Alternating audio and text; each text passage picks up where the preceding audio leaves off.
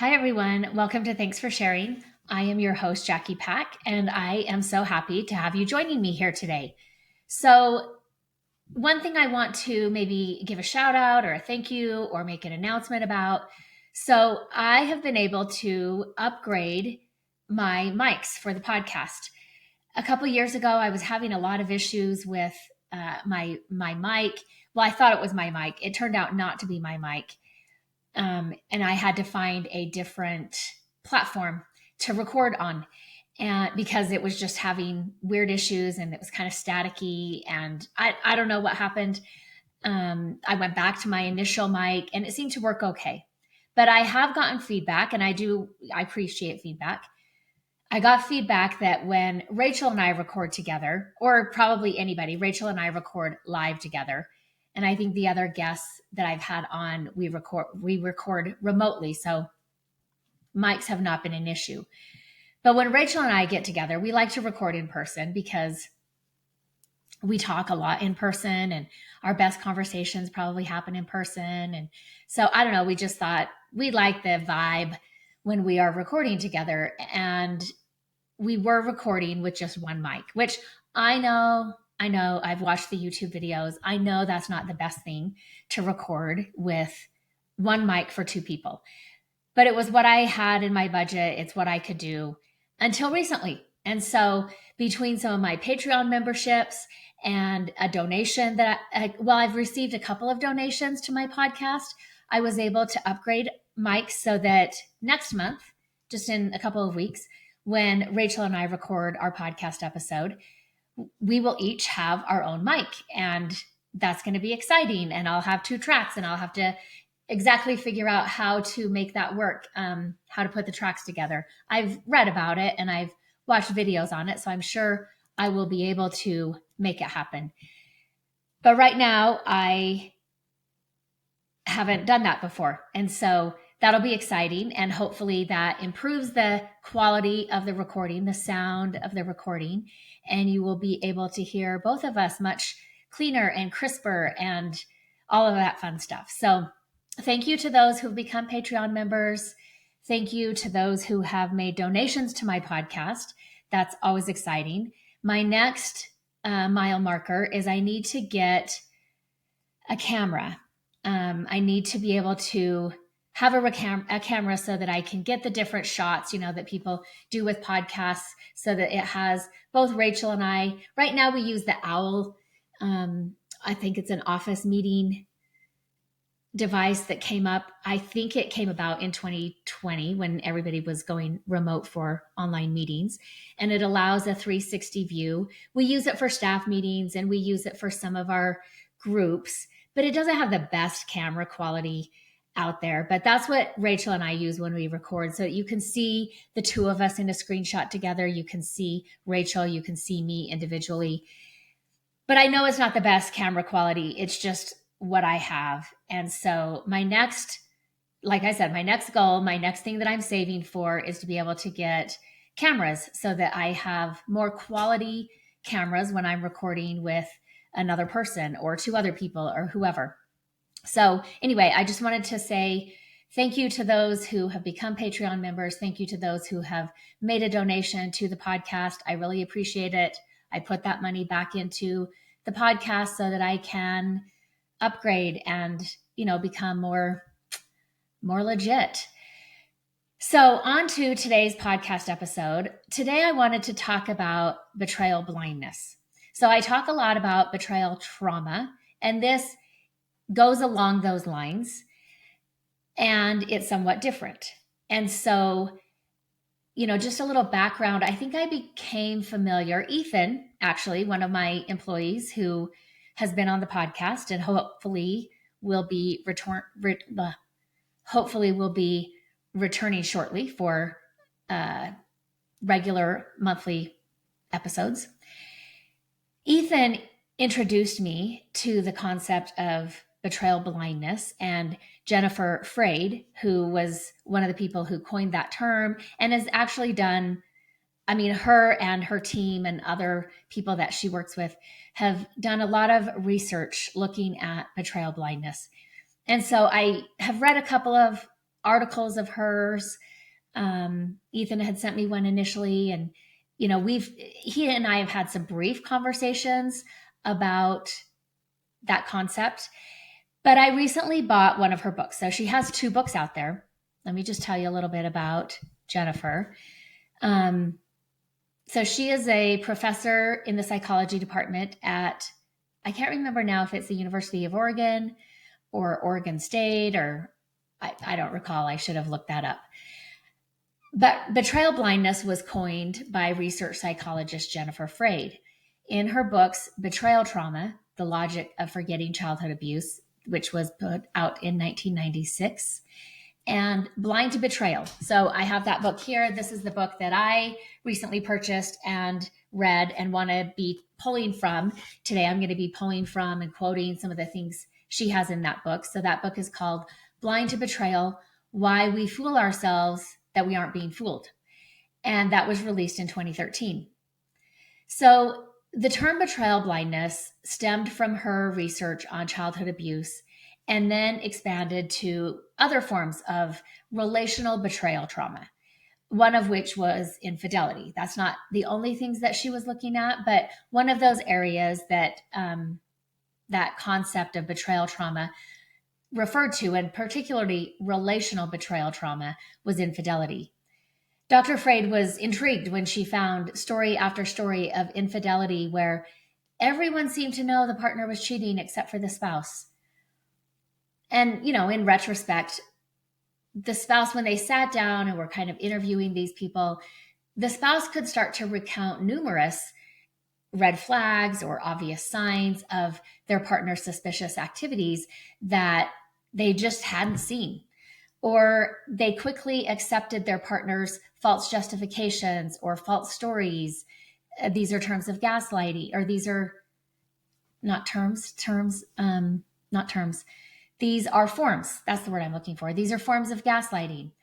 And she was intrigued by the victims of betrayal trauma, seemingly choosing to ignore that they were being lied to, that they were being abused, or they were being betrayed. So maybe you're hearing this concept of betrayal blindness for the first time, and maybe you're thinking to yourself, why would somebody choose to ignore being victimized by lies or abuse or betrayal? Well, she explains this. She says, quote, everyday betrayal blindness is all around us. It is the systematic filtering of reality in order to maintain human relationships. It is not knowing and not remembering the betrayals of everyday life and everyday relationships in order to protect those relationships. It includes white lies and the darker lies we tell ourselves so as not to threaten our bonds. It is not seeing that your intimate partner is having an affair when others see it plainly. So basically, she talks about various forms of betrayal that happen around us all the time. It might be, the most significant, the most impactful and harmful to us are the betrayals that are within the relationships that we're close to. She talks about when we don't care about the betrayer, maybe this is a stranger or an acquaintance, somebody that we don't really have a close, trusting relationship with. If they betray us, if they break a contract that we've agreed to, if we loaned them money and they never paid us back, we probably aren't loaning money to strangers or maybe just acquaintances, but maybe. Or, maybe we tell somebody something and they twist that in a way that throws us under the bus and makes them look better. And that's actually not what we said at all. So in situations where the person isn't really in close proximity or in close relationship with us, our reaction to that is typically we get angry, we get hurt. We're definitely going to avoid that person or that type of situation in the future. But with intimate, dependent relationships, the ones where we should have some trust, there is some interdependence in that relationship. There's, strong levels of emotional and logistical ties to another. The more likely in those types of situations that the person is to ignore betrayal or abuse. And she gets into the science of this. It's not necessarily like a conscious choice that a person is making to ignore this or to just not see it. That fear of losing the relationship and possibly our own safety, our own well-being, our own ability to survive. Those relationships, when that is a part of that will suppress our intuition, telling us, our intuition that's telling us we're being harmed or we're being betrayed. If the relationship is one in which we are somewhat interdependent, or maybe as a child we are dependent, then we're going to suppress that intuition. We're going to suppress that knowledge and that awareness that we are being betrayed and harmed. In fact, she said the more the victim is dependent on the perpetrator of the betrayal, the more power the perpetrator has over the victim. So betrayal blindness is the same concept used to explain why acts of sexual abuse or domestic violence and other abuses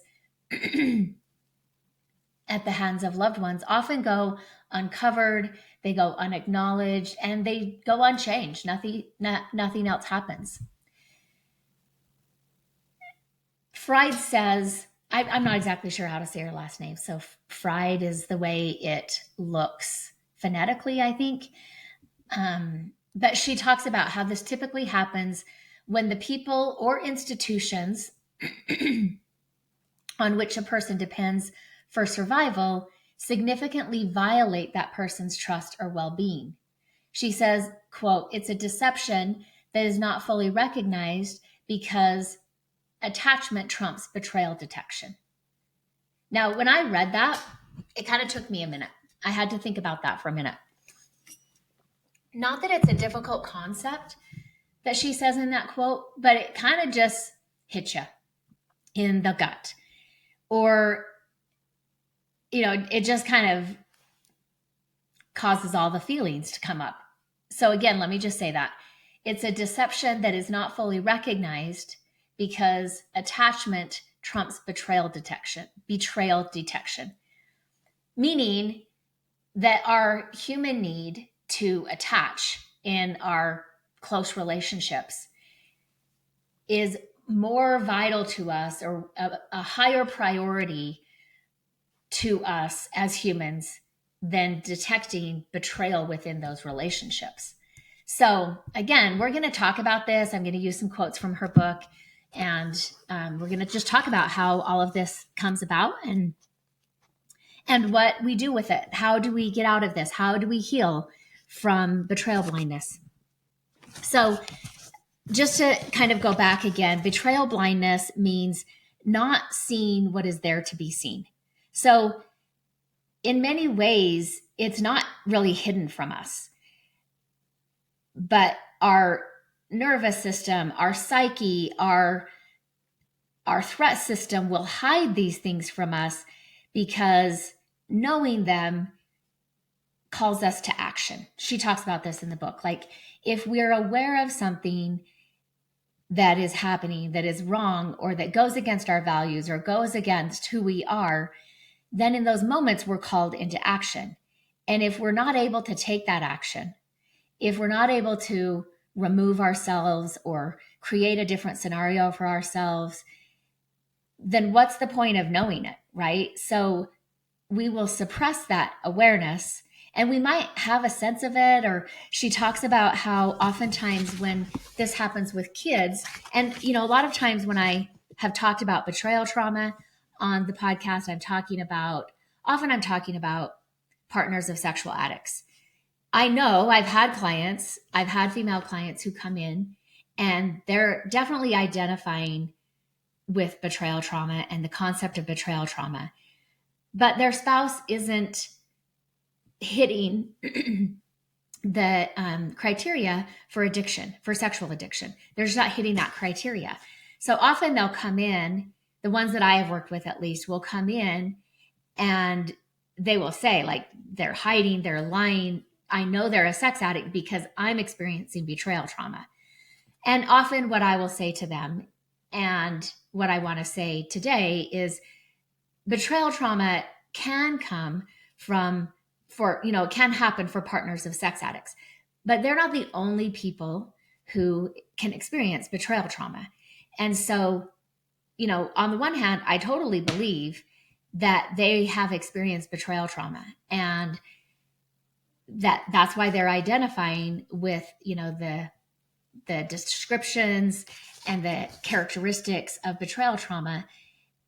And in a couple of those cases, it actually has not met, their partner got into therapy with one of the therapists at our agency, at our clinic, and did the, sexual dependency assessment, which is a pretty in-depth assessment. The therapist felt pretty confident saying, there's not addiction here. Like, maybe there had been affairs or one affair, but that was more historical and the spouse knew about it. Now, again, at some point, the spouse probably didn't understand or wasn't aware of the affair. But in these situations, enough time had passed since the affair had happened that the spouse was aware of the affair. Again, that could be the reason that they're experiencing betrayal trauma. But it also could go back to childhood. It can go into a lot of different situations. So I just wanted to say up front that often when I'm talking about betrayal trauma, which she talks about betrayal trauma too, in her research and in her writings, she'll talk about betrayal trauma.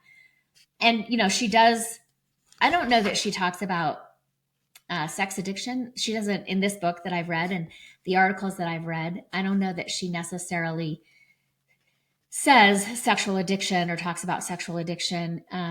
But she does talk about infidelity being one of the areas where betrayal trauma happens, and often betrayal blindness can also happen. So she says, quote, knowing about the betrayal would require some action, and most people can't afford to rock the boat. Sometimes ignorance can preserve the relative bliss of the status quo when knowledge would inevitably lead to chaos. Ignorance is bliss when it allows you to survive. So again, we're talking about this survival system that is built in all of us, and that's a good thing. And sometimes part of our survival, maybe physical survival, but also our emotional survival, is dependent upon not being aware of things and not knowing things. She also says, on discovery of betrayal, a key response is to reorganize one's perceptions of what has happened, to rewrite history. Betrayal, therefore, has a fundamental impact on one's perceptions of reality. Betrayal is so contrary to what one expects that it throws you off balance. It tips you over. It's like, where have I been? Everything that I know to be true is not true. It's insidious. It's got tentacles that reach in and make you question everything. So again, that's kind of when we're waking up to the betrayal blindness. We're waking up to the betrayal trauma and coming out of the blindness. So she says this, consider the situation, I'm going to quote this, consider the situation of a child who is betrayed by his or her parents. Most children are not strong enough within themselves to confront betrayal by a parent on whom they depend for their very existence. The relationship with their parents is far too important for them to risk losing it. Yet there are many ways that parents can betray a child in his or her vulnerability. One of the greatest fears for a child is the fear of abandonment. Children must trust that their parents will not hurt or leave them. Abandonment can occur in purely physical ways, that is, through actually leaving children when they are helpless. It can also occur in emotional ways, through rejection and withdrawal of love. The free fall and disorientation for these children may result in the lack of a coherent sense of self. What is wrong? They can't know about the betrayal or name it that way, so children will dissociate into parts, develop strange fears, or experience a myriad of other reactions to hide from themselves and others the deep betrayal. She also talks about how one of the ways that children often manage betrayal at the hands of their parents or caregivers is they tend to turn it inward. They turn the blame inward. And I think I've talked about this before. Pia Melody talked about this in a lot of her books. She's talked about how children, again, because that awareness or that knowledge that my parents, these people that I am dependent on, and vulnerable with are actually not dependable, and maybe they're not safe, and maybe I shouldn't be trusting them. That's a lot for a little kid to grasp. That's a lot for even teenagers to grasp. And so often, instead of having that awareness and that knowledge that it's the parent or both parents who actually are not safe or who are betraying, right? Kids will turn that inward in some way of, something must be wrong with me because I'm feeling this way, or something must be wrong with me that my mother or my father act this way, instead of, the reality that something is probably wrong with mom or dad who are acting this way and they're the adults. She talks about in current research in the laboratory that she's doing her research, she says, we are investigating the relationship between betrayal trauma and shame. Our preliminary findings indicate, and again, this book was written in 2013. So she says, our preliminary findings indicate that shame is indeed associated with exposure to traumas that have a high level of betrayal, but not to traumas with a low degree of betrayal. So again, we're talking about shame, that if the betrayal is high, the trauma has a high level of betrayal, meaning the trauma is with somebody close to this person's life who should be a safe person, who should be a trustworthy person, then the shame tends to be really high. But if the trauma occurs and is not necessarily a betrayal trauma, is not necessarily in our inner relationship workings, then, the shame is not as high. She says this preliminary finding is consistent with our hypothesis that shame, similar to unawareness and other aspects of betrayal blindness, help preserve necessary relationships. So again, this is starting to answer the question of why. Why would we have blindness to threats, to the betrayal, to the people who actually are not safe for us? And their research and her writing is starting to unpack that. She gives a lot of different examples of people that they have worked with, that they have that have participated in their research. So she also talks about, she says, quote, trusting relationships are the basis for personal well-being and growth, for intimate and loving partner and friend relationships, and for justice and peace at the societal and international level. However, at all of these levels, betrayal is ubiquitous. It harms us on a personal level. It destroys relationships and the ability to trust. And it finds its way into national and international relationships and is often the cause for wars. Logically, it seems then when we are betrayed, we confront the situation, deal with the betrayal, and go on with our lives. As we've described previously, though, it's not often that simple. Either the relationship is too important, or we are not strong enough within ourselves to deal with the betrayal. She talks about how, but we know something is wrong. She says, we don't know what it is, but there is discomfort, perhaps guilt, maybe anxiety. She says, children who are abused can't recognize betrayal, so must blame themselves when trusted parents turn on them. Sometimes spouses who are cheated on take a very long time to understand what is happening. It is an emotional and cognitive conundrum. We can't live with the feelings and knowledge about the betrayal, yet in some ways we do. She said it is important that we come to respect the impact of betrayal and its consequences if we encounter it in our lives or the lives of others. It very likely will affect the degree to which we can give ourselves in trust in other situations in our lives. It can even have an effect on what we call the capacity of individuals to trust that life is good and to trust that they can make their way and find what they need from their lives. Those who cannot trust cannot grow and thrive. So again, I like that she also casts a pretty wide net when it comes to betrayal trauma and betrayal blindness. She'll talk about that this can happen for kids in a family setting, that they might be betrayed by one or both parents. She also talks about how it can happen institutionally. And throughout the book, she gives examples throughout history of times when there have been betrayals, like political betrayals within a country, within the government to its people. She talks about how betrayal trauma and likewise betrayal blindness can show up in toxic work cultures, workplaces. She also talks about how and gives examples that we have of how this has showed up for people in their religious institutions that they're a part of, that they trust, that they look to for guidance and support and nurturing. That's another place where betrayal trauma can happen. And again, because of the nature of the relationship, we can have betrayal blindness and not fully be aware. Because again, if we are aware, that requires us to act, or our natural inclination, I think, is to do something.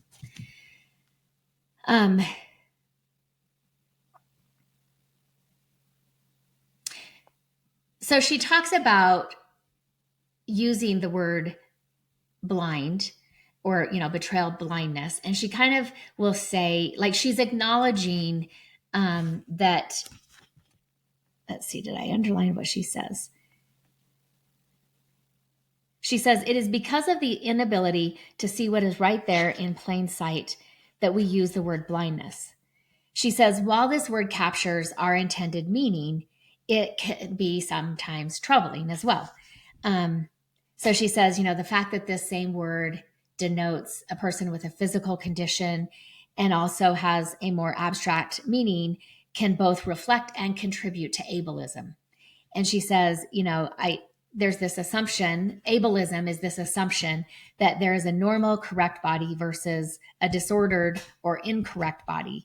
So she says, we've struggled with this term because of that reason. We don't want to be hijacking this word and, contribute to ableism, which is a form of discrimination. But she says, I don't know a better word. We don't have a better word in our vocabulary.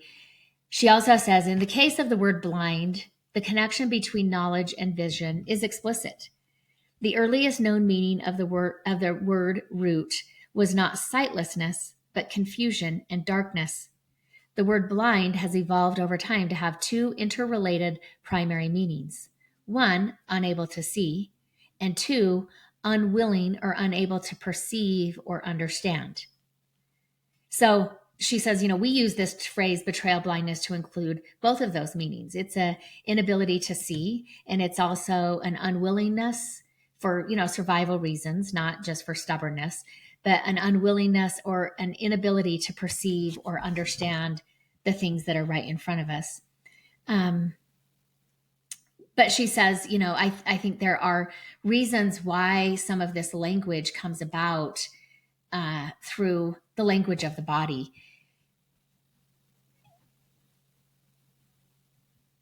She says, in addition to betrayal blindness occurring when we don't see with our eyes, it can also happen when we don't feel, we don't hear, or we don't know something that should be obvious to us. So I think, again, when I read that part, it just made me think of the 12-Step Fellowship ACA that talks about some of the rules of family dysfunction are, don't see, don't feel, and don't know. And again, I think that leads us into a pretty good understanding of betrayal blindness. If those are our family rules, don't see, don't feel, and don't know, A, that comes from a dysfunctional family system, that rule does, and B, there is going to be betrayal blindness. She also talks about how the current psychological emphasis really is on symptom reduction. And she says mental disorders, therapists, and well-meaning friends can often miss this all too common thread in the lives of those who suffer with betrayal blindness or with betrayal trauma. She says we instead try to lessen depression or anxiety without addressing the underlying reasons for it. One of the most common of them being betrayal in all of its disturbing forms. So again, I do think that approach to psychotherapy one of just simply symptom reduction. I think, at least in this country, is insurance driven. And, this may be a whole other podcast episode to talk about the pros and cons of therapists taking insurance. But often, I've worked at places before starting my own group clinic where, it was a more insurance driven group practice or agency. They were on a lot of insurance panels. I've worked at places where they were on pretty much all insurance panels. I've also worked at like a county mental health. Like that was my first, I don't mean to keep saying that was my first job out of grad school, was working at county mental health. And, we got people with, often with Medicaid, with Medicare, and who had no ability to pay for services or didn't even have Medicaid or Medicare.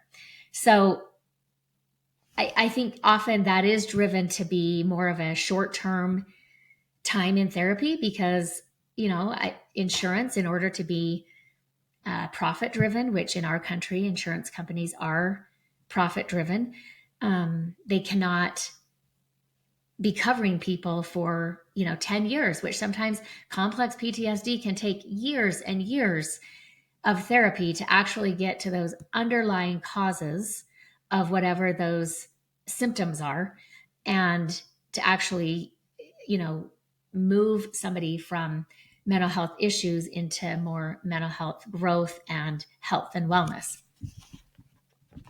So she also talks about, she says, betrayal occurs in many areas besides infidelity and in many contexts that are not entirely intimate. People can be betrayed at work, in the family, and in society. She talks about the factors that make these society-wide acts one of betrayal are twofold. So when we're talking about societal betrayal, she says, first, society-wide acts involve individual human interactions, and many acts of injustice or oppression at the individual level look just like other personal betrayals. Second, we have implicit and explicit assumptions in our society of equality and justice. These implicit and explicit assumptions form a social contract between members of society. When discrimination occurs, this is a betrayal of the equality contract. When there is an injustice, this is a betrayal of the justice or fairness contract.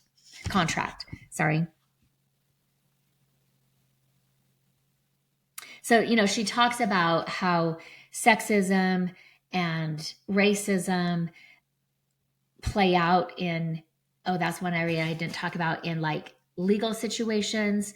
If jurors have their own biases and don't understand, what a victim actually looks like, or what their behavior typically is, what is common behavior for, let's say, sexual assault victims or rape victims, then the defense can paint a pretty damning portrait of this victim and make the jurors feel like they're just not a reliable source, or they're not a reliable witness, and find in favor of the defense.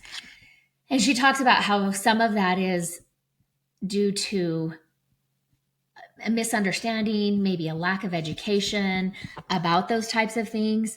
But also it might be a bigger issue in terms of, patriarchal structures. That's not her wording. That's my wording. Patriarchal structures, power dynamics that want to keep some people at the top of the hierarchy and other people at the lower end, or other genders, let's say other races, at the lower end of the power hierarchy. And so, some of those myths that can work against justice in some profound ways, to be betrayed again, all over again in the courtroom because of this misunderstanding and this blindness that protects the perpetrators or the defendants. She talks about the history of consent laws as well. She touches on this. She doesn't go into a lot of detail about that, but I found it interesting. I think I actually want to save that, though. I'm working on a podcast episode. I'm kind of doing a deep dive into a podcast episode on coercive control.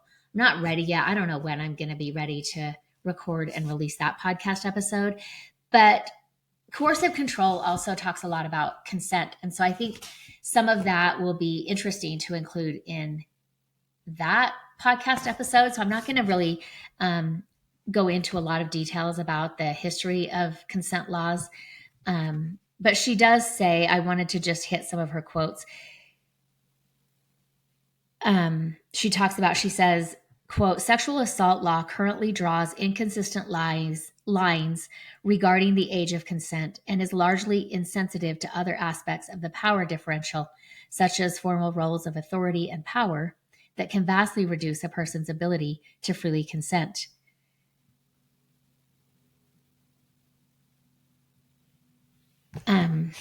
So I just wanted to, process that because again, sometimes like I have had clients before who come to me after their previous therapist. I haven't had a ton of these clients, which I mean, I don't know the percentage of therapists out there who will really violate that therapeutic relationship. And I've worked with a handful, I would say, of clients who in their last relationship with their therapist or their last therapist, it ended up crossing a lot of sexual boundaries that should never be crossed in a therapeutic relationship. As you can imagine, it took a lot for them to even try therapy again. And, sometimes I got calls from maybe therapists who knew them personally, who would, say, hey, this is the situation. I hope to get them in. But, like sometimes from that first call with somebody, a friend, again, sometimes that friend also is a therapist in the field. And they might call me and I don't hear from that person until a year down the road. And then they start to come in and they have a lot going on because in their last therapeutic relationship, which should be safe and it should be have boundaries. The therapist should have a lot of boundaries so that the client's vulnerability is safe and protected. And it was taken advantage of instead. And, those are some really difficult situations. And some of them have sued their therapist. I've worked with a couple of clients who sued their former therapist. And a couple of times I ended up talking to the attorney who was representing, who was now my client, but who was suing their previous therapist. And I will say sometimes talking to the attorney, they just didn't understand it. They were like, isn't this two consenting adults? And I'm like, no, it's not. And I have to kind of outline to this attorney that power differential and the vulnerability that a client comes into and the power that therapist holds and can abuse, which is what happens in these types of situations. And, sometimes that's several conversations before the attorney understands that and is like, oh, okay, I get it. And now I can argue the case better or whatever that looks like. But oftentimes, initially, one of the reasons clients will ask me to talk to their therapist is because either they know or they have a feeling, not to their therapist. Sorry, I said to their therapist, to their attorney, is because they have a feeling or they just feel like the attorney doesn't really understand the violation that happened in that relationship. And so, I've talked to some attorneys who are representing them and been able to outline and talk about why that would be considered such a violation of the trust and why that would be considered, a betrayal trauma, why that would even be traumatizing to the person. So I think sometimes those, maybe what for me, I guess I just thought like, yeah, of course that's an abuse of power and a client can't really consent to something like that because they're not in power, right? And the therapist can use this information that they get about them. I thought that was pretty common knowledge, but even talking to attorneys who had taken the case, it wasn't necessarily just the common thinking or the common knowledge that was out there in society. So I think that's also important to point out, that with those, sometimes those power differentials, consent really isn't possible even amongst two adults. She talks about, she highlights the case with at Penn State in late 2011 with Jerry Sandusky, who was convicted of 45 counts of child sexual abuse that had taken place over a number of years. It became clear as that case was prosecuted that the university authorities had known about the abuse and had not reported it. And she also talks about how, so let me just read this. It's, the final report released on July 12th of 2012 stated, "Our most saddening and sobering finding is the total disregard for the safety and welfare of Sandusky's child victims by the most senior leaders at Penn State. The most powerful men at Penn State failed to take any steps for 14 years to protect the children who Sandusky victimized." And then it names some people, including Paterno, who was the head football coach, that they never demonstrated through actions or words any concern for the safety and well-being of Sandusky's victims until after Sandusky's arrest. And she talked about how, when Joe Paterno, the head football coach, was eventually fired for his role in the cover-up, a lot of people reacted with anger.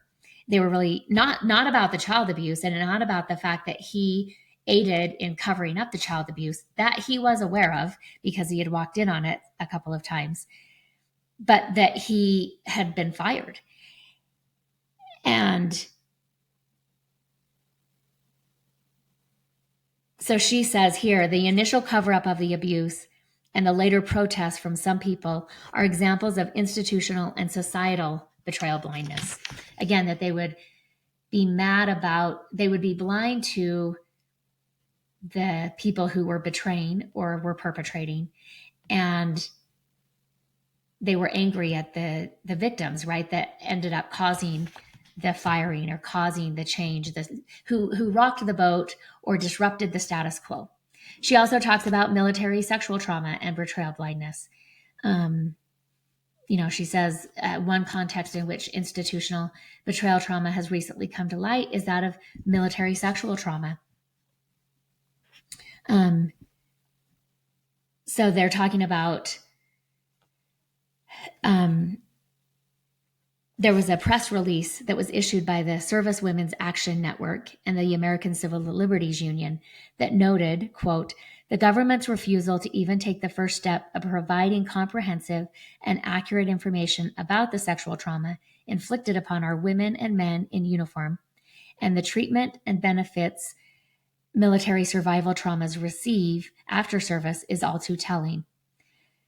The DoD and VA should put the interests of service members first and expose information on the extent of sexual trauma in the military to the sanitizing light of day." So again, they knew that was happening. They knew that was going on. The military, the Department of Defense did, and they suppressed that. They turned a blind eye, and it allowed the betrayal trauma and the betrayal blindness to persist and to reach more victims. She also talks about betrayal blindness in bystanders. And she quotes here Judy Herman, who famously noted, "It is very tempting to take the side of the perpetrator," like as a bystander she's talking about. "All the perpetrator asks is that the bystander do nothing. He appeals to the universal desire to see, hear, and speak no evil. The victim, on the contrary, asks the bystander to share the burden of pain. The victim demands action, engagement, and remembering."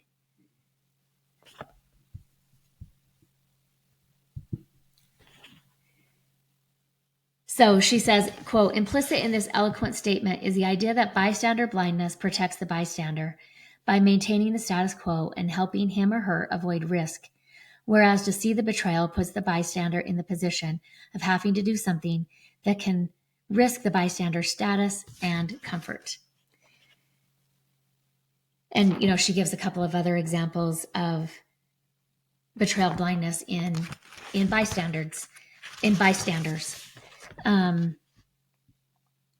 of which was, the end of last year with the man on the subway who, in New York,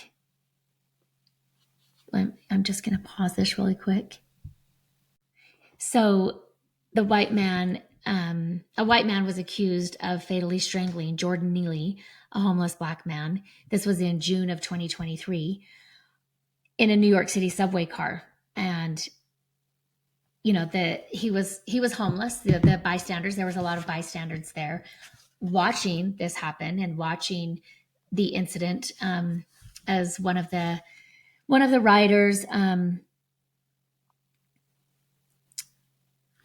he was also assisted by two other passengers, who kind of attacked Neely and to restrain him and held him down. And it resulted in his death by strangling. And a lot of the bystanders after were saying, he was just saying that he was hungry and he wanted food.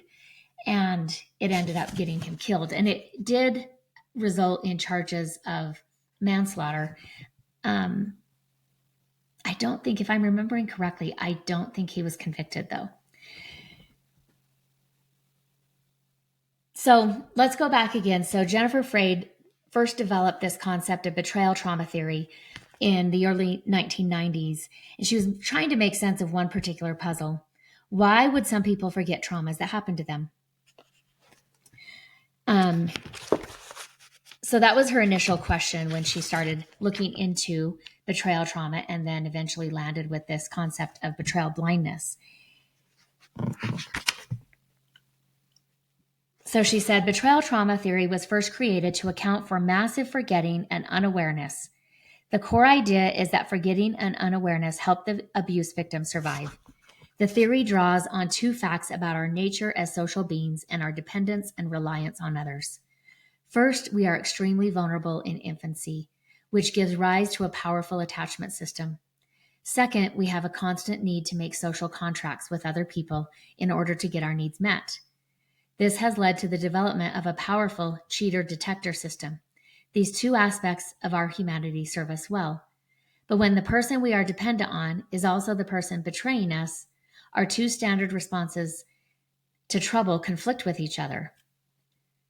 So again, then she starts talking about attachment theory and the attachment system. And she says the attachment system is the name researchers have given to all of the various processes that together ensure that babies love their caregivers and caregivers love their babies. She says it is important to realize that both the caregiver and the baby have attachment systems, that the relationship is reciprocal in the sense that attachment depends on both parties behaving in ways to inspire the attachment of the other. If a baby consistently fails to smile or coo, or if a young child will not hug or make eye contact, that child is risking not only his or her own attachment to the caregiver, but also the caregiver's attachment to the child. Without caregiver attachment, the baby or the child is at risk of not being cared for. And this means at risk of dying. This is a crucial point because it means that the baby and the child have an essential job to attach to a caregiver and thus promote the caregiver's attachment and care. Attachment is essential when there is dependence. She says humans are often dependent on others, even after infancy and childhood.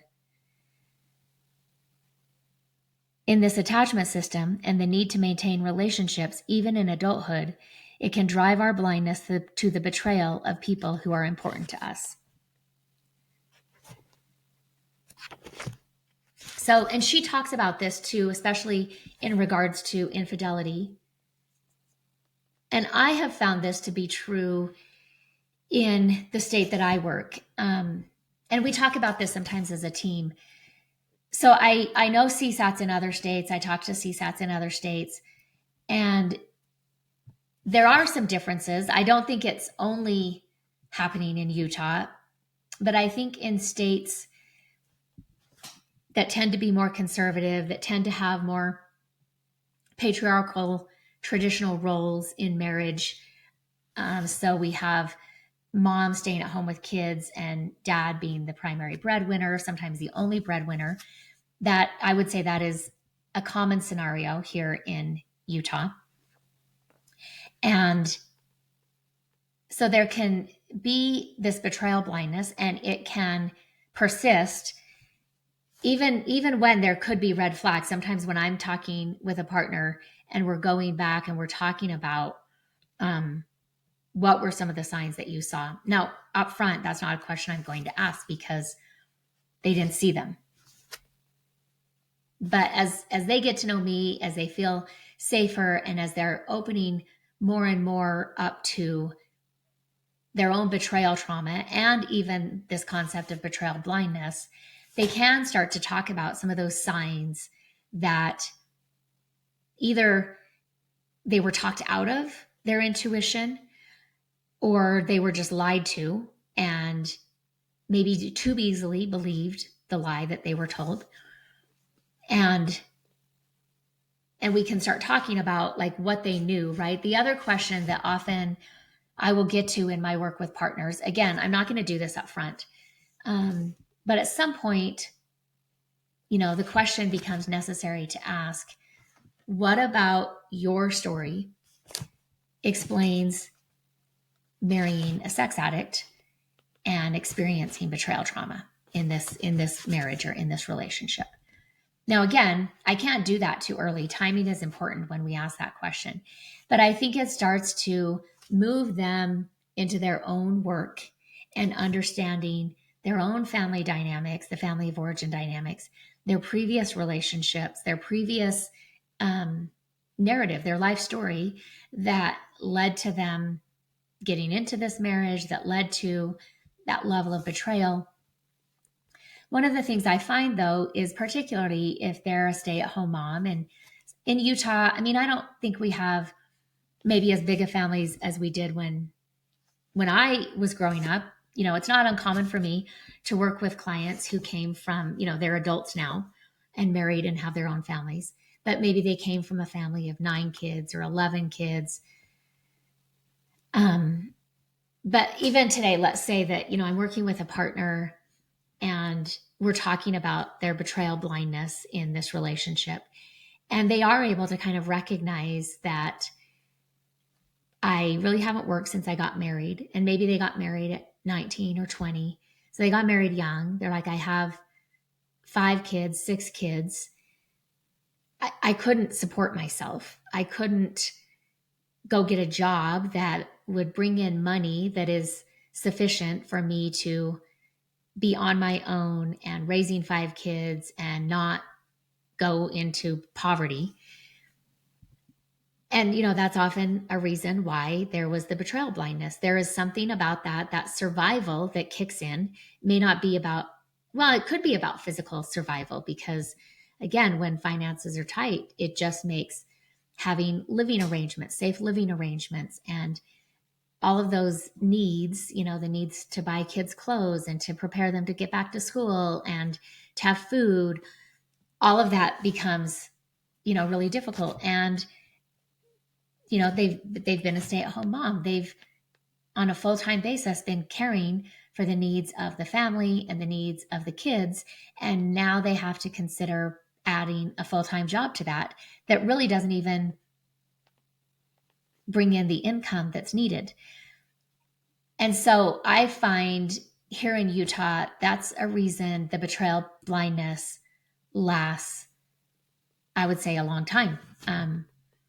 And most likely when they start to have that awareness that there is infidelity, that there is a sex addiction, that there are years and years of betrayal trauma that have happened in the relationship, and they start to recognize that, this person that I am attached to has actually been a threat to me.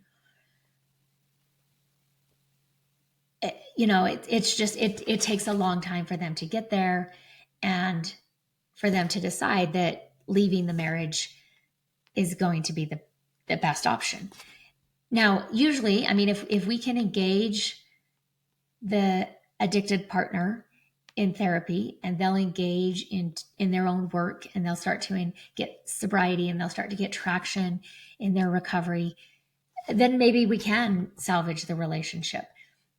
But sometimes they just don't. They don't engage, or they engage in a way that's still manipulative, that's still deceptive, that they're not actually working on themselves and taking accountability and being responsible for the wreckage that they have caused in their family and in their own life.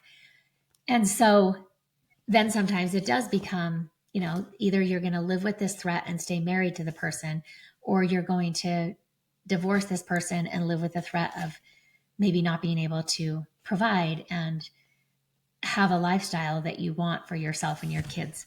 So I think that can be a reason for betrayal blindness to continue.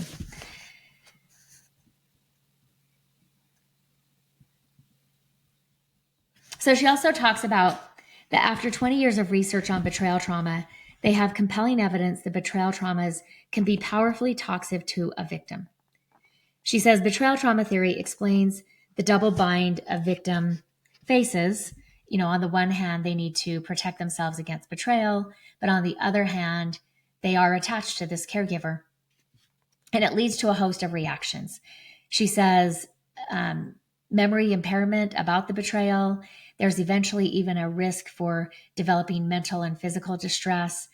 She says, quote, "Our research has confirmed that exposure to traumas that are high in betrayal is linked to poor mental health outcomes, including symptoms of depression, anxiety, dissociation, post-traumatic stress disorder, borderline personality characteristics, and increased physical health problems, as well as an even greater risk of further victimization." So she also talks about that there is some gender differences when it comes to betrayal traumas. So first she talks about that betrayal trauma happens frequently. It is a common thing in our society, and it happens in a multitude of areas. But she says, we also know from 2 decades of research on betrayal trauma that people, particularly women, report alarmingly high rates of exposure to traumas that are high in betrayal. A close interpersonal relationship to the perpetrator is a distinguishing characteristic of traumas commonly suffered by girls and women. She says, Lewis Goldberg and herself, Jennifer Freyd, discovered a startling relationship between gender and trauma exposure in a large adult community sample in the Eugene and Springfield, Oregon area. She says men reported more traumas with a lower degree of betrayal, such as maybe an assault by someone who was not close to them, and women reported more trauma with a high degree of betrayal, so somebody who was close to them. And then she said, we wanted to further study this and see if we could replicate the results. And they did. She said men and women did not differ very much in their overall rates of trauma exposure. However, they differed greatly in the types of events to which they were exposed. Women were much more likely to be betrayed than men were. She said rates of exposure to physical abuse are about the same for men and women overall. However, women report more physical abuse by someone with whom they are close in both childhood and adulthood. She says these findings reveal that even for an event such as physical assault that appears to affect men and women at a comparable rate, women experience assault by people who are close to them more often than men do. So again, that doesn't say that men don't, just women experience it on a much higher rate. She says ethnic groups, they've studied with ethnic diversity. She says ethnic groups with lower socioeconomic status generally reported more exposure to both high and low betrayal traumas. Yet once again, we found that although men and women are exposed to similar rates of trauma overall, women report more exposure to traumas that are high in betrayal, while men report exposure to more lower betrayal traumas. So I think that's also interesting and maybe not surprising, especially as I've been working on this podcast episode talking about coercive control. As I was reading this book, I'm reading a book on coercive control that's much longer, and it's just got some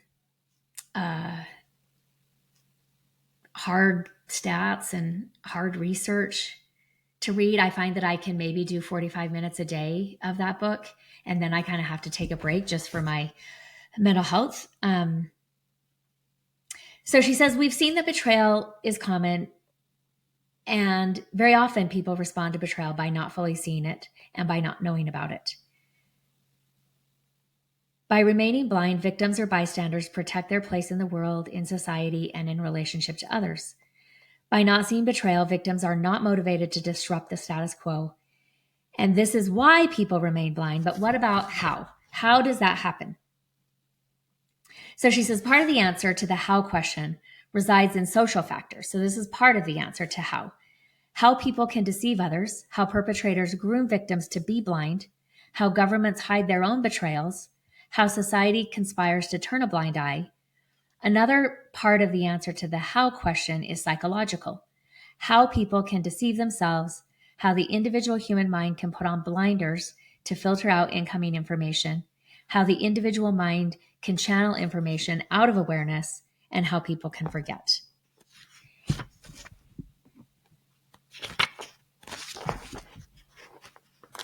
I'm trying to get to the right. So she talks about, one of her chapters is called Mental Gymnastics, which would make sense, as did the how. Let's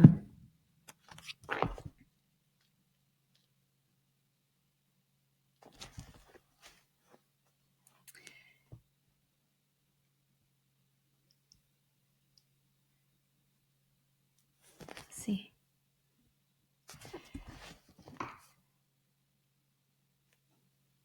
So one of the things as I was reading this, she didn't cover this. I wrote it out in the margins because I love to write in books. It also means I usually keep the books because I don't want to, donate a book to somebody and it has my notes in the margins and, whatever. So I was just looking at this, trying to understand the note that I had written out to the margin. She doesn't necessarily talk about this. But one of the things I find that I would say falls under this concept of betrayal blindness, and I would say it's also maybe a form of gaslighting that I see working with sex addiction and couples who are dealing with sex addiction. I find that sometimes female partners will be far more angry at the women out there in the world, whoever they are, right? Who are attractive, who dress with skin showing, who are just out there to be seen and who are tempting their spouse. That oftentimes there can be more anger at these unknown women who just exist out there in the culture, who cause problems for the spouse, which, when they talk about this, sometimes it's almost like they're seeing their spouse as this victim.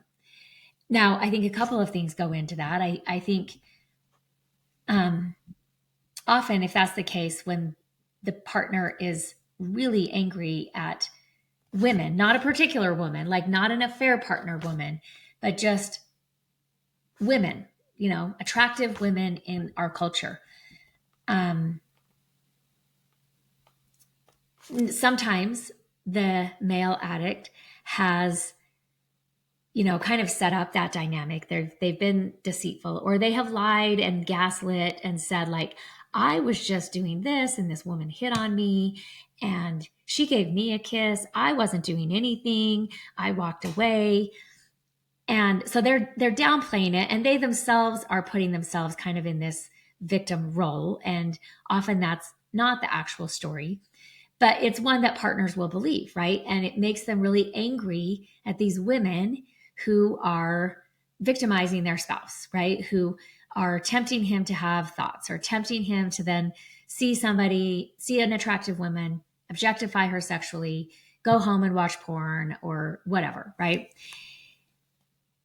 And I think it's also an example of a religious betrayal. So with a lot of the clients that I see who have that dynamic where they're really angry at attractive women that their husband might be attracted to,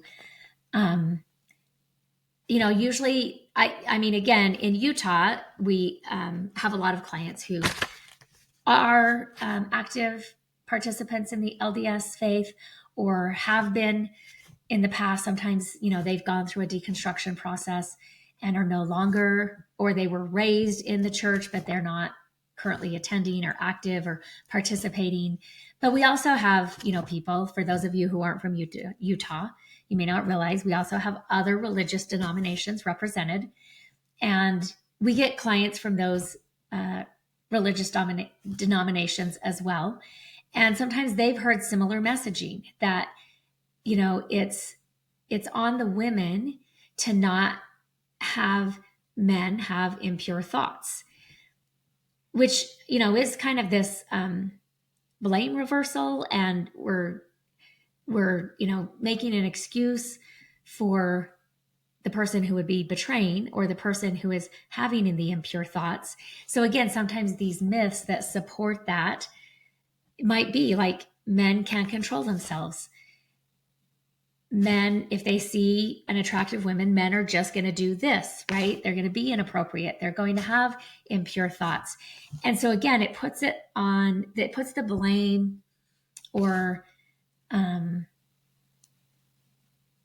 fault onto the woman, whoever that is, right? This unknown, this other woman, and doesn't put the responsibility on the person who's actually having the thoughts that then lead to inappropriate behavior and betray the social contracts or marital contracts that he made with his spouse. So I also see that. And I think there's, a couple of examples in that of the betrayal trauma that lead to some betrayal blindness.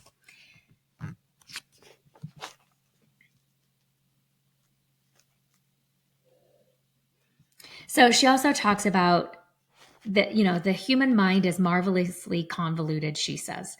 So she says, again, let's return to this idea that we can know and not know something at the same time. Part of our knowledge may be consciously available, but part may be hidden from awareness most of the time. And she talks about how often keeping secrets will support betrayal blindness. So, a lot of times, whether that's, we know with like examples or situations where there is intimate partner violence or domestic violence, that often out of shame or out of fear, the victim of domestic violence or intimate partner violence doesn't talk about that, keeps it secret, doesn't tell other people, which will support the betrayal blindness, right? There, she does talk about in the book, and I'll get to that in a minute, where she talks about how that happens in the brain and how, whether that's some dissociation or compartmentalization versus being able to tell our story, even if that's us journaling it down and basically telling our story to ourselves, or starting to tell it to a friend or a support group or a therapist, how that actually leads to some healing and more awareness and less suppression. So we'll talk about that in a minute when we get into how the healing happens. But she also talks about, like, when complete forgetting is not possible, the mind resorts to other measures. Sometimes it transforms personal experiences into something different from the identical experiences of other people. She says there's a research study in which children who were emotionally abused were questioned about their experiences, and so were their siblings. Here's the interesting finding. The children were more likely to label their siblings as abused than themselves, even though they had had a very similar experience. So she said, the people are often resistant to taking on the label of being a victim, and they don't want to see themselves that way. So that's also a how betrayal blindness happens.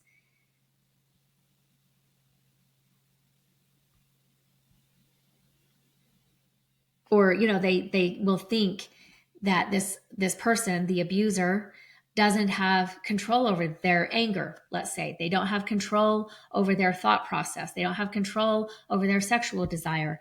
And so then it becomes the victim to try to control by not rocking the boat, by not upsetting the status quo, by not upsetting this person or saying something or doing something. So often their experiences of betrayal trauma get suppressed, which again helps with betrayal blindness.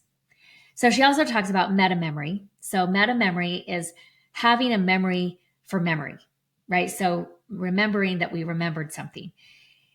She says meta memory is a tricky business. There is much about unawareness and forgetting that is hard to uncover and understand, in part because the very nature of betrayal blindness is a distortion of reality. She says we struggle with this problem over and over. It's a challenge, but it's not an insurmountable challenge.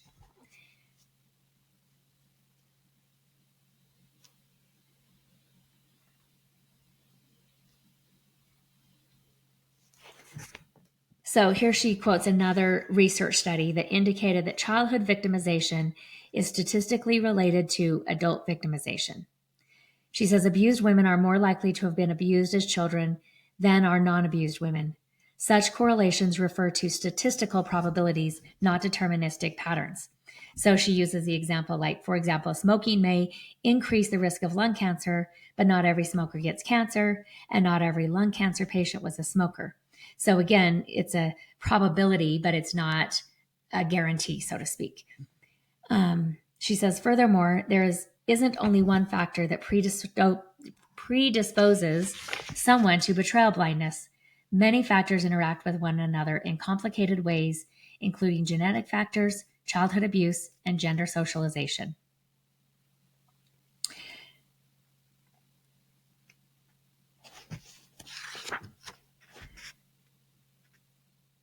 So then she gets into some insights from the research.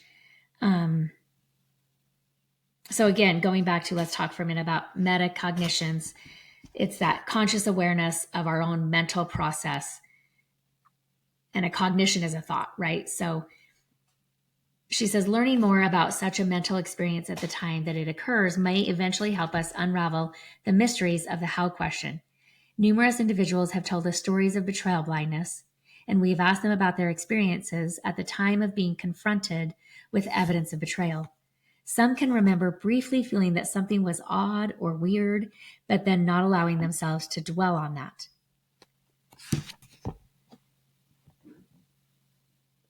So she talks about some of the research and how they've conducted their research to get some of this information.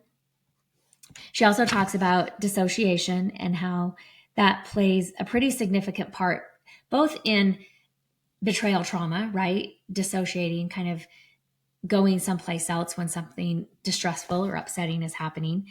And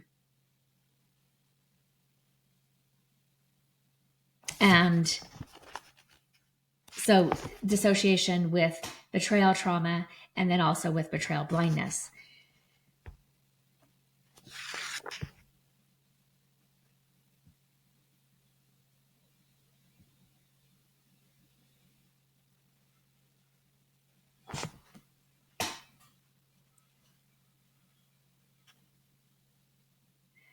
So let me just give another example that she has from her book of government cover up or groupthink. Again, sometimes those are harder for us to identify, harder for us to see as we're talking about this. So she says betrayal blindness is also helped along by various group processes, including what has been called groupthink. There are many times when self-censorship can preserve the harmony of the group in the short run, although it may lead to disasters later on. Irving Janis offered the Bay of Pigs invasion as a classic example of groupthink. Although the invasion was planned during the Eisenhower presidency, it was the Kennedy administration that accepted and authorized the plan. Initially, some members of Kennedy's advising team raised important objections to the plan, but group pressure ultimately resulted in self-silencing.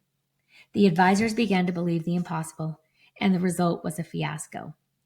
She also talked about the government, the Chinese government, and how effectively it covered up the Tiananmen Square protests of 1989. So she says the Tiananmen Square massacre occurred in Beijing on June 4th, 1989, when nonviolent protesters were killed by police forces. The protesters, mostly students and intellectuals, began congregating in April to mourn the death of an official who had supported political liberalization. Students at the mourning then demonstrated in support of continued economic reform and liberalization. By May, this was a powerful nonviolent movement in China. The government responded by declaring martial law. On June 4th, the government moved into the streets and used gunfire to clear the area. Although it is not known exactly how many civilians died, most estimates are from hundreds to thousands. After the killing, the government arrested many surviving protesters and banned the press from covering the events. The Communist Party of China forbids discussion of the Tiananmen Square protests. Among the actions the CPC has taken to block or censor information are limiting media and internet resources and requiring textbooks to omit the topic. One cannot even search for June on search engines such as Google within China without meeting a news blackout. Those who do dare to speak about Tiananmen Square have been arrested. As a consequence of all of this explicit censorship, public memory has been effectively blinded.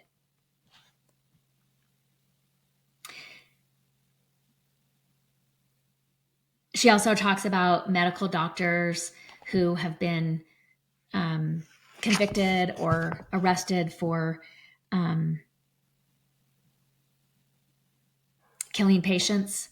And she talks about this concept of trust, and the need to trust comes up again and again in these types of situations where, sometimes patients, the community, and coworkers all felt a powerful need to trust this doctor, and they repeatedly turned a blind eye to the evidence of this high number of unnatural deaths among their patients. She says we trust physicians with our lives, and without that trust, we would have a challenge accepting their care and advice. She says this need to trust is a powerful blinding agent. Whenever a person or a group is dependent on others who have more power, it may be advantageous to remain unaware of mistreatment from the power holders to preserve the status quo. So she talks about how people often have a powerful motivation to remain ignorant of mistreatment and betrayal when it's happening on a larger scale, let alone when it's happening on a more micro scale within the family.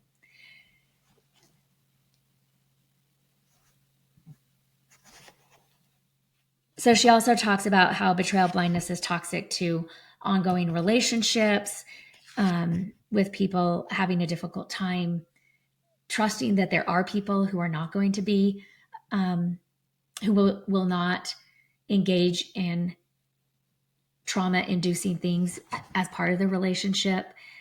She also talks about its impact on mental health. We talked about some of those things: higher rates of anxiety, depression, substance abuse or addiction, dissociation, PTSD, borderline personality characteristics, narcissistic personality characteristics, and physical health problems.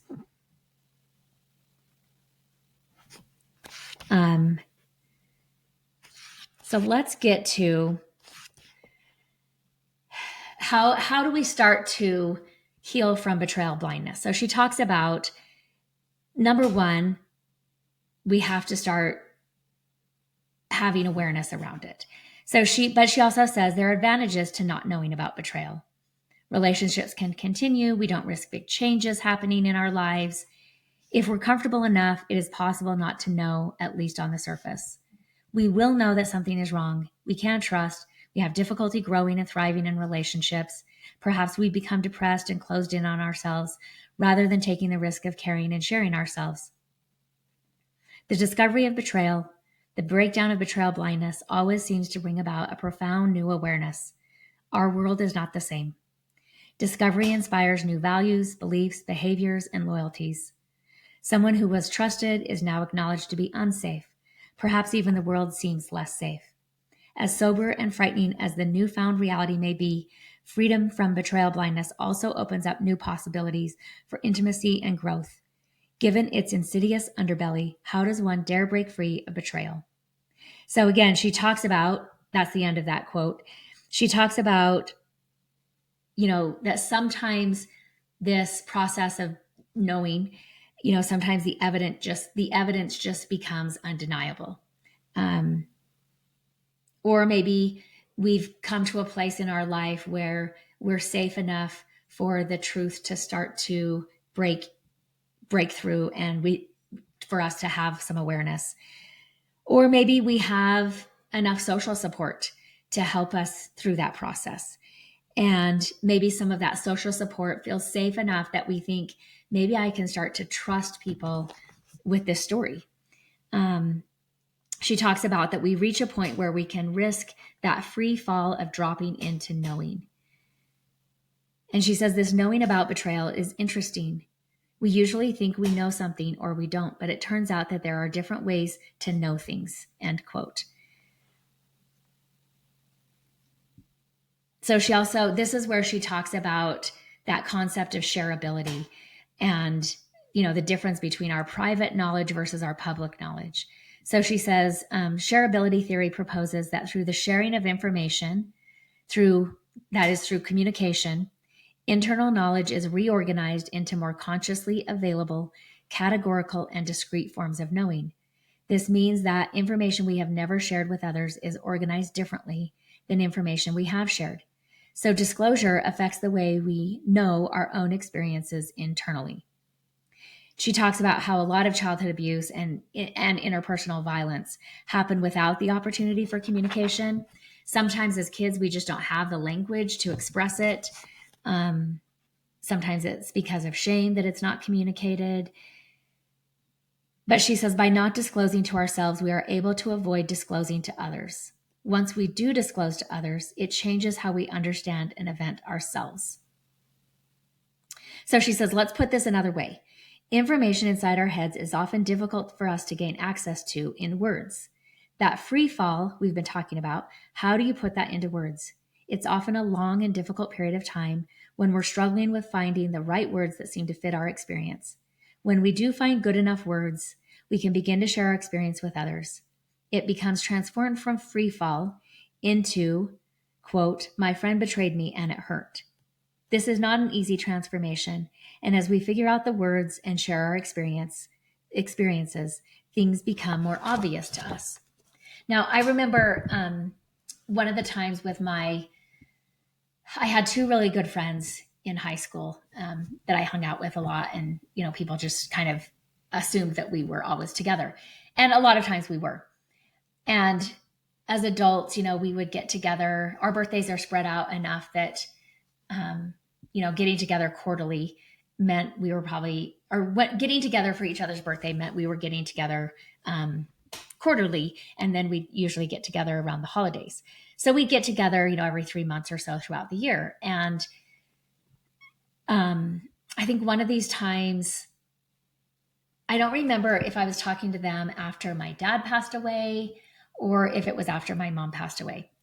But we were at lunch, I think it was. And, we were just kind of talking about that because I think they didn't come to my dad's funeral. Not a lot of people came. We didn't want a lot of people to come. They did come to my mom. So I don't recall which one it was after. But this was the first time I had seen them since that had happened.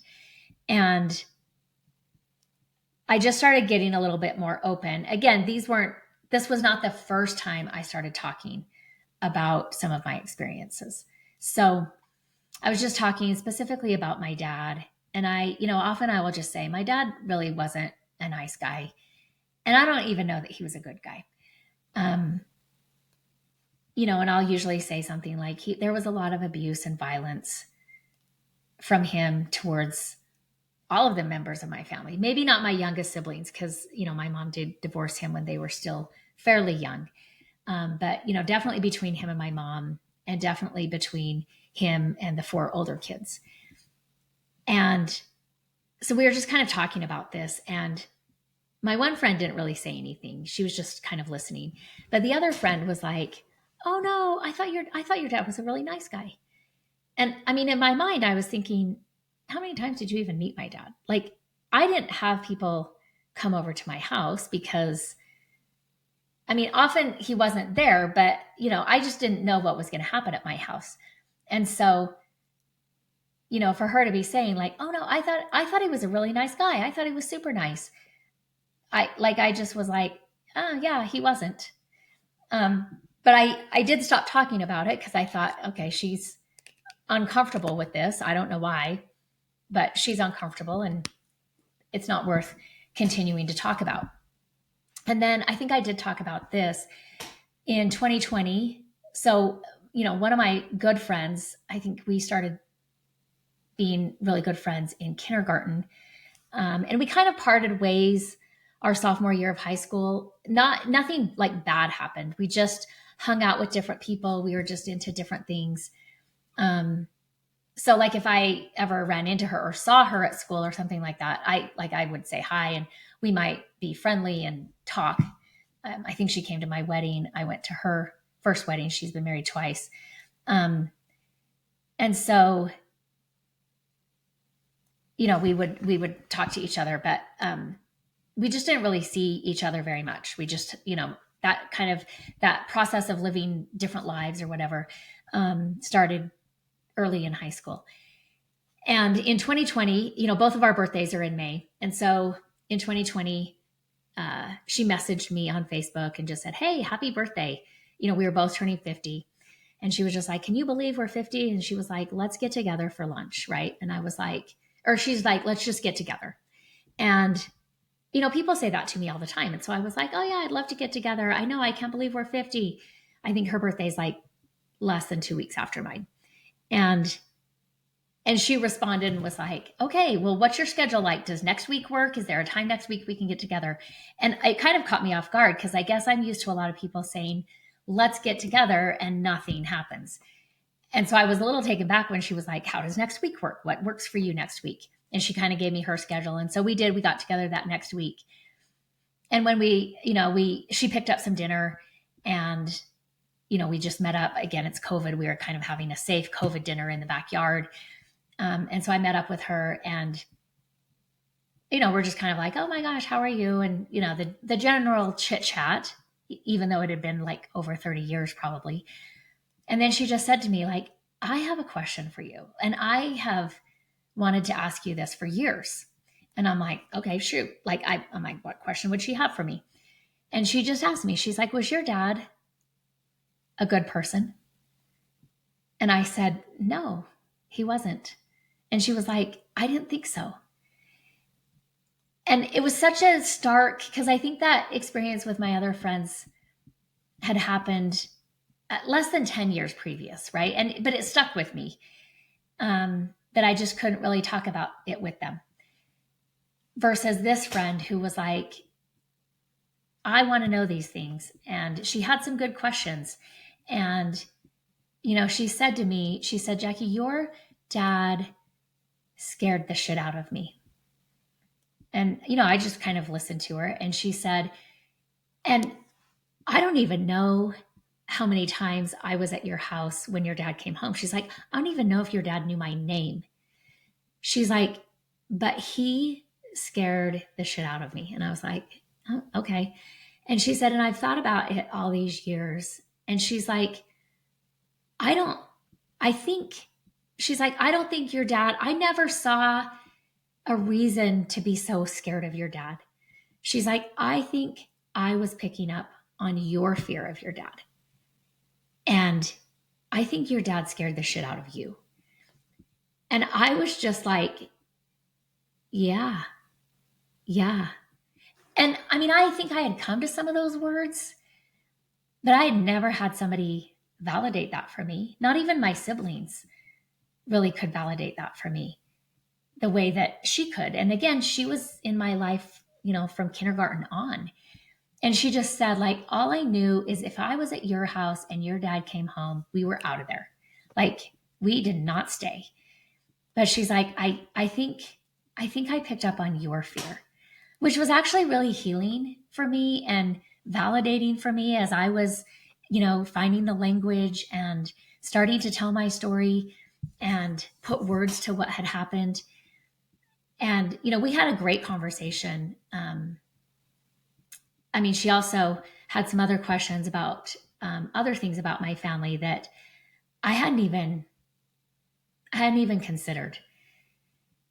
And I don't even think I fully understood one of the questions she asked me. I mean, I answered it in the way that I thought she was saying it. And then a week or so later, I was talking to Rachel that comes on the podcast. I was talking to her at work, and I was just kind of telling her, like, oh, I got together with this friend. It's been like 30 years. And we were just talking about it after work one night. And I said, yeah, she asked me this question. And before I even said how I had answered it, Rachel was like, I have had that same question for you, Jackie. I've always wondered this.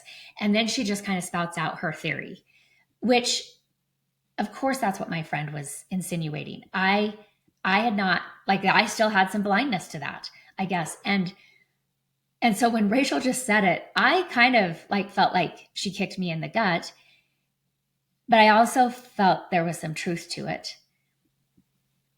And, you know, it was kind of later at night. And so we were leaving. And I think like on the way home, I just was like in shock because this had not occurred to me. I did not have the language for it. And I think I called Rachel the next day and just said, hey, I didn't know this. And she was like, oh my gosh, I thought because your friend had asked you that I'm like, I know, I get it. But I didn't. My friend did ask me that.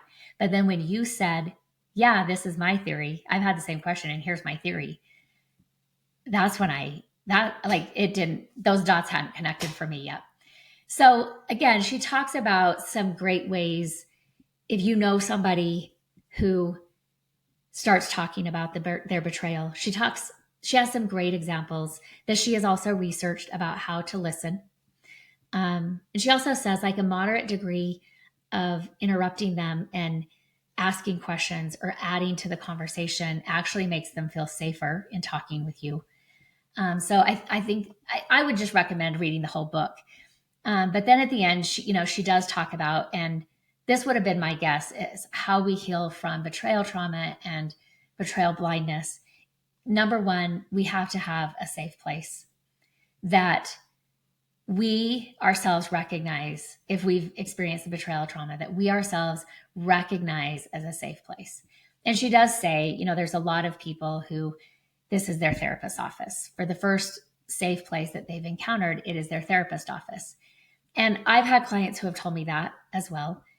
And it is heartbreaking for me to get clients who had previously gone to a therapist's office and that was not their experience.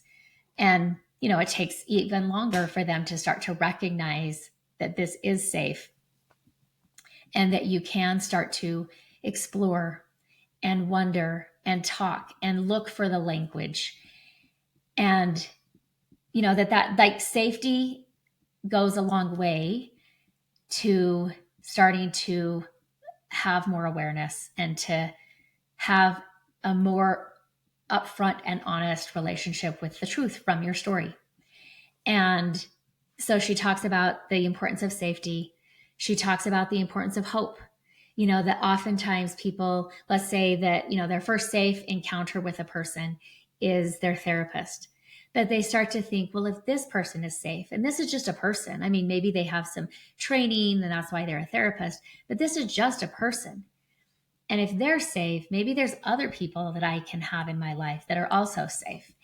And, they start to have that hope that I can be a safe person for myself and I can be a safe parent and I can start to have safe relationships, friendships, romantic relationships. So step number 2, she would say, is starting, safety leads to hope. And she's like, and when you have those two things, when you have safety and you have hope, then the third step is growth. And you just start to grow and you start to thrive. And,